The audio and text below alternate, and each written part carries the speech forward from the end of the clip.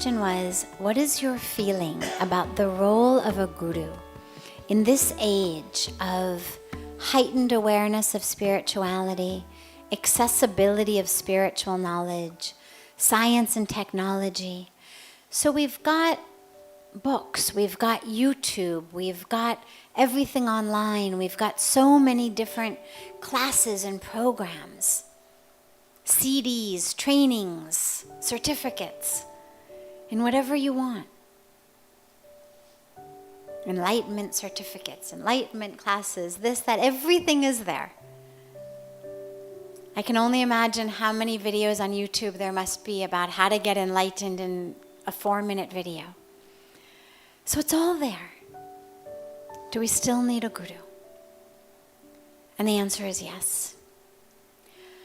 And the reason that we still need a guru is that the knowledge has always been there. The gurus did not come into existence because God is somehow so esoteric or so difficult to reach that we needed someone to channel or translate. Connecting with God is not like learning quantum physics, where you really just can't wake up one day and get it. You really need someone who gets it to explain it to you. But God is not like that. God is not complex or esoteric or difficult or some sort of long equation. The gurus are here not because God is difficult, but because we are difficult.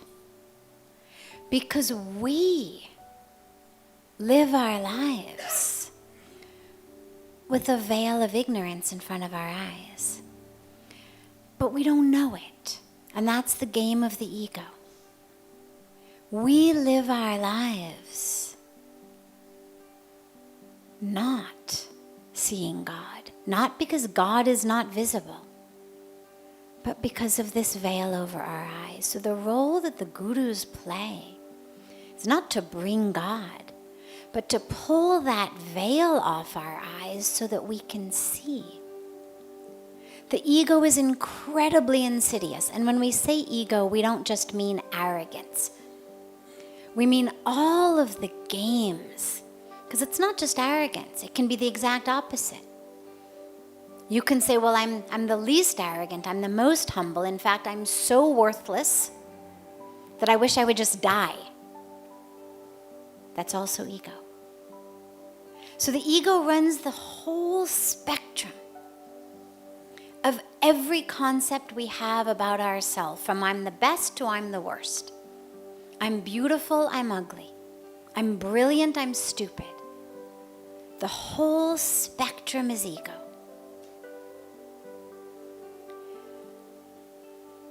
What I need is ego.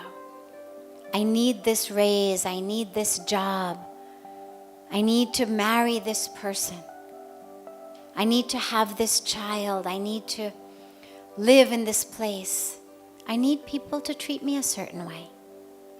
I need to fulfill this potential that I have. This is all ego. Everything that pulls us out of just the consciousness of who we are is ego. And it's not bad. It just keeps us from seeing God. It keeps us from connecting with who we really are. Because whether I think I'm the best or I think I'm the worst, both of them are wrong. And both of them are keeping me from knowing who I really am. And so what the guru does is remove the veil, remove the layers, so that we can see who we are. And then we know how to live. Because when we're living run by our egos, we always make a mess. Whether we end up fighting with people, whether we end up neglecting everything in the world to get ahead in business, whether we end up not fulfilling our potential because we don't even know what our potential is, because we don't know who we are.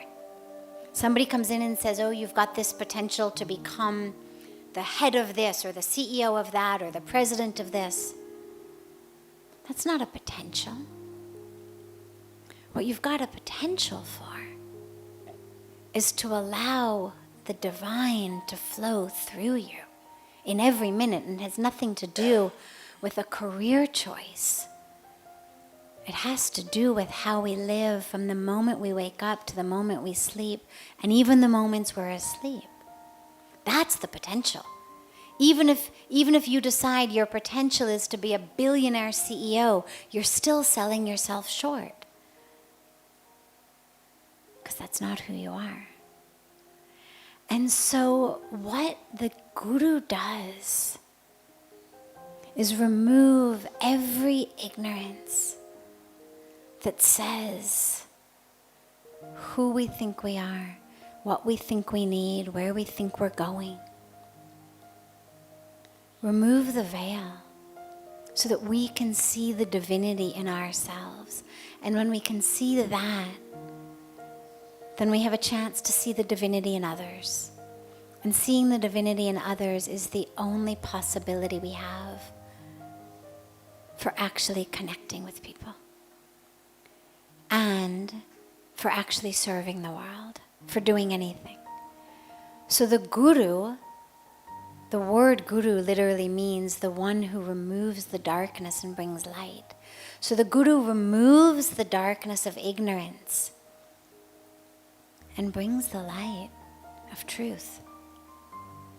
Who we are, what the world is, what our relationship to the world is, where we're going, how we're going there, who we are that's going anywhere. So the Guru brings light,